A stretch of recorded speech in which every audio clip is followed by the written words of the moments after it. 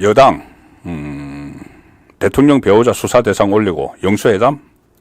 야, 진정성이 의심된다. 이거 지금 알았나요? 야당 진정성, 이재명이 진정성 없고 복선 깔고 한다는 걸. 이게 저 이야기, 이재명이 이야기하는 게 언젠데 지금 와서 이제 이런 이 논평이라고 내고 있는 겁니다.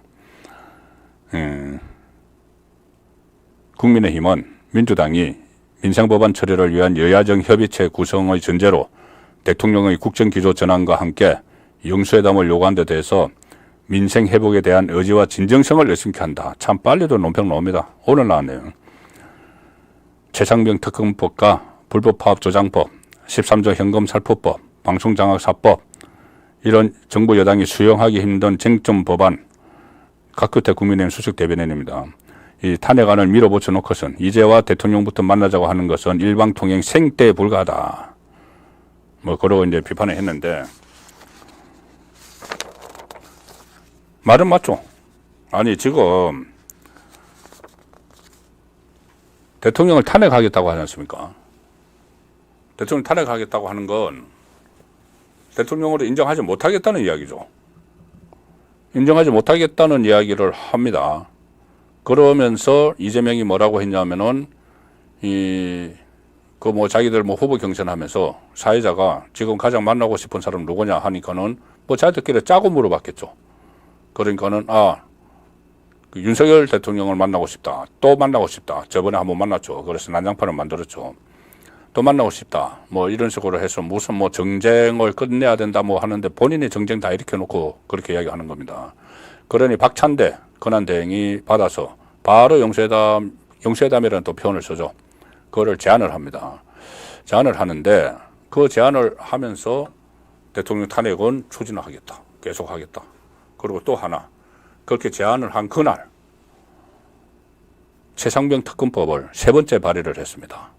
21대 국회 마지막에서 거부권 행사하고 또 재표결에서 폐기된 거죠.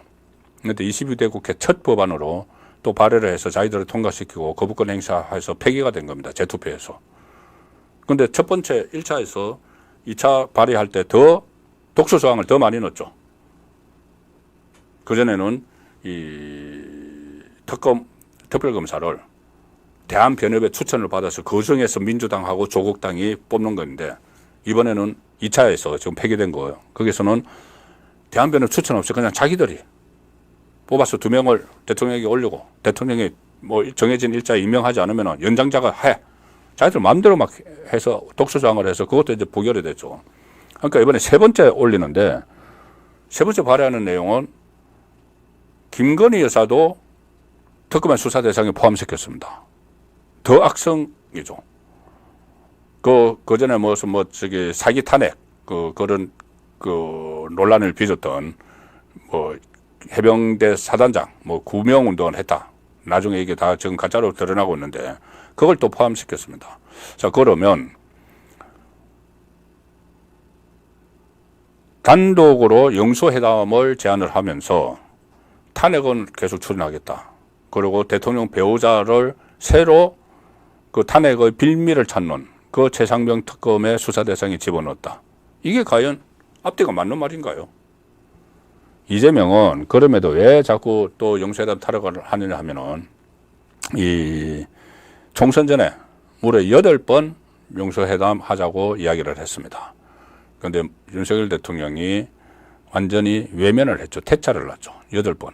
왜 그러냐 하면은 영수회담 첫째 말이 안 맞다. 과거에 당 총재가 대통령이 겸할 때 여당 총재니까 야당 총재하고 여당 총재이자 대통령인 김영삼하고 야당 총재인 김대중하고 이렇게 하는 게 영수회담이다. 지금은 당 대표가 따로 있다. 여당 대표가. 야당도 총재가 아니고 대표다. 그러면 야당 대표가 만날 사람은 여당 대표지. 왜 대통령이 만났느냐. 대통령 만나고 싶으면 대통령하고 여야 대표 같이 만나면 된다. 근데 그거는 또 이재명은 싫다. 왜?